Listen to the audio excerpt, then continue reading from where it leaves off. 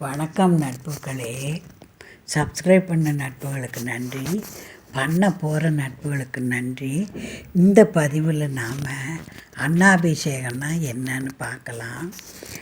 நாம் பொதுவாக விருந்துக்கு வந்தவங்க கூட கொஞ்ச நாள் இருந்தால் என்ன சொல்லுவோம்? சோறு கண்ட இடம் சொர்க்கம்னு இருந்துட்டான்னு சொல்லுவோம். அதை பற்றின விளக்கம்தான் இந்த பதிவு. அக்காலத்தில் ஐப்பசி மாத பௌர்ணமியில் விளைஞ்சி வர நெல்லை அரசர்கள் முதல்ல சுவாமிக்கு படைச்சிட்டு தான் மற்றவங்களுக்கெல்லாம் விளம்ப ஆரம்பித்தாங்க.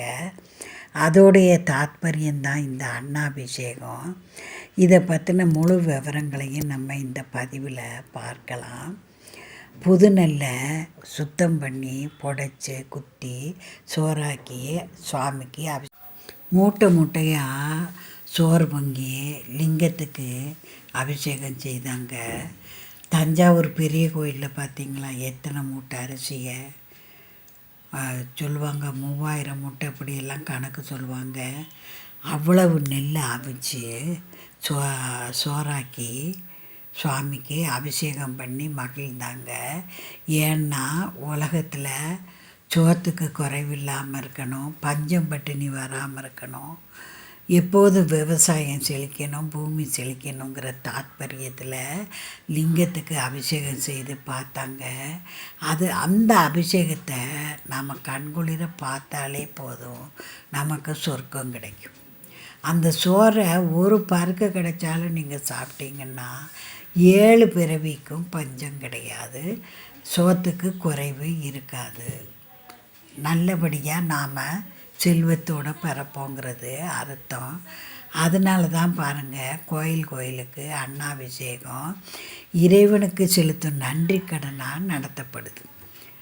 பஞ்சம் இல்லாமல் இருக்கணும், மழை பருவத்தை பெய்யணும், பொருள்கள் அழியக்கூடாது, மக்கள் வருந்தக்கூடாது, கஜானா நிறைஞ்சிருக்கணும், அரசன் நல்லாட்சி நடத்தணும், இப்படி பல போர் வராமல் இருக்கணும். உணவுக்கு பஞ்சம், தண்ணிக்கு பஞ்சம்னா உலகத்தில் போர் வரும்ல. இப்போ 3ஆம் உலக போர் வந்துருமோன்னு எல்லாரும் பயந்துக்கிட்டு இருக்காங்க. Russia, America, England, India, China எல்லாம் படை திரட்டி வச்சு ரெடியாக இருக்கிறாங்க. இந்த மாதிரி எல்லாம் போர் வராமல் மக்கள் சந்தோஷமாக இருக்கணும், விளைஞ்ச நெல்லை நல்லபடியாக சாப்பிடணும் அப்படிங்கிற பல நல்ல நோக்கங்களோட அக்கால அரசர்கள் இந்த மாதிரி அன்னாபிஷேக விழாவை ஐப்பசி மாதம் அறுவடையானதும் ஏற்படுத்தி கொடுத்தாங்க. அதுதான் பாருங்கள், ஐப்பசி பௌர்ணமியில் ஐப்பசி மாத பௌர்ணமி தினத்தில் இந்த அன்னாபிஷேகம் சிவன் கோயில்கள் தோறும் நடைபெறுது. அப்போ நாம் அரிசி, பருப்பு, காய்கறி, பழங்கள், கரும்பு என்னென்ன உண்டோ கொண்டு சாமிக்கு நிறச்சோம்னா அதையெல்லாம் வச்சு அலங்காரம் பண்ணி பூஜை காட்டி அடுக்கு தீவாரணை எல்லாம் செய்து நமக்கே அதை பிரசாதமாக கொடுக்காங்க. ஆக இறைவனுக்கு நம்ம படைக்கிறது நமக்கே பிரசாதமாக திரும்ப கிடைக்கிது. அந்த பிரசாதத்தை உண்ணும்போது நம்ம ஆத்மா சுத்தமாகுது. அதனால் நீங்கள் எங்கெங்கே ஐப்பசி மாதத்தில் பௌர்ணமியில் அன்னாபிஷேகம் எந்த கோயில்களெல்லாம் நடக்குங்கிறத அறிஞ்சு அந்த கோயில்களுக்கு நீங்கள் இந்த மாதிரி காணிக்கைகளை கொடுத்து உங்கள் வாழ்க்கையை சிறப்பாக்குங்க. ஏன் சிவபெருமானுக்கு மாத்திரம் அபிஷேகம்னு கேட்டிங்கன்னா, சிவன் தான் எல்லாத்துக்கும் ஆதி மூல கடவுள். அதனால் அவருக்கு சிறப்பு செய்கிறாங்க. எப்படி ருத்ரமூர்த்தியாக இருக்காரோ அதுபோல் அவரை வணங்கணுன்னா நம்ம வேண்டும் வரத்தை தாராளமாக அள்ளி கொடுப்பார். அவ்வளவு எளிய மனதுடையவர். கண்ணப்பருக்கு கண் கொடுத்தாரு பார்த்தீங்களா, கல்லெறிஞ்ச சாக்கிய நாயனாருக்கும் அருள் செய்தவர், தன்னை தலையிலேயே கை வைக்க வந்த பஸ்மாசுரனுக்கும் அருள் செய்து வந்தவர், ராவணன் மலையவே ஆட்ட அவனுக்கு புத்தி புகட்டினவர். இப்படி எளிய மனதுடையவர் சிவபெருமான்கிறதுனால தான். மேலும் மும்மூர்த்திகளிலும் தலைவர், எல்லாத்துக்கும் பெரியவர் சிவபெருமான்கிறதுனால சிவனுக்கே அன்னாபிஷேகம் செய்து பார்த்தாங்க. கேட்ட வரம் தரும் எளிய மனதுடையவர். அதனால் சிவன் தான் சூரியனுக்கு அதிகாரகன். அதனால் சிவபெருமானை வணங்கும்போது நமக்கு ஆயுள் பலம் கூடும், முக்தி கிடைக்கும், நம்மளை நல்லவர்கள்னு எல்லாரும் போற்றுவாங்க, நல்ல குணங்கள் தானே வந்தமையும்.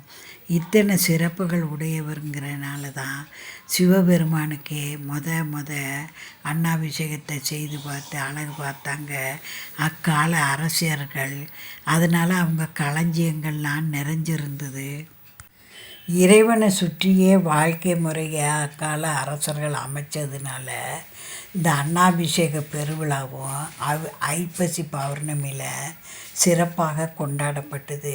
முக்கியமாக இது ராஜராஜ சோழன் காலத்திலேயே தொடங்கப்பட்டதுன்னு சொல்கிறாங்க.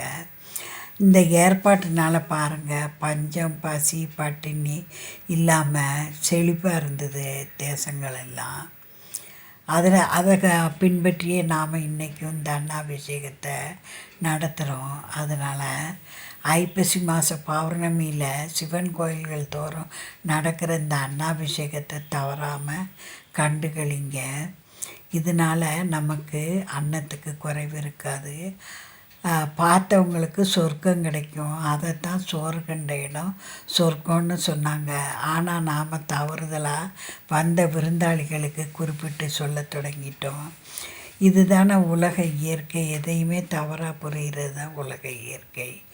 ஆனால் சோறு கண்ட சொக்கனை பார்த்தாச்சுன்னா உங்களுக்கு சொர்க்கம் நிச்சயங்கிறது தான் இந்த விழாவுடைய முக்கிய தாத்பரியம். இதுபோல் விஷயங்களோட மீண்டும் உங்களை சந்திக்கிறேன். பொறுமையோடு கேட்ட அருமைக்கு நன்றி. எப்பவும் இதை நமக்கு சோத்துக்கு குறைவில்லாமல் இருக்கக்கூடிய தேவாரம் ஒன்று திருமூலர் பாடியிருக்கிறாரு.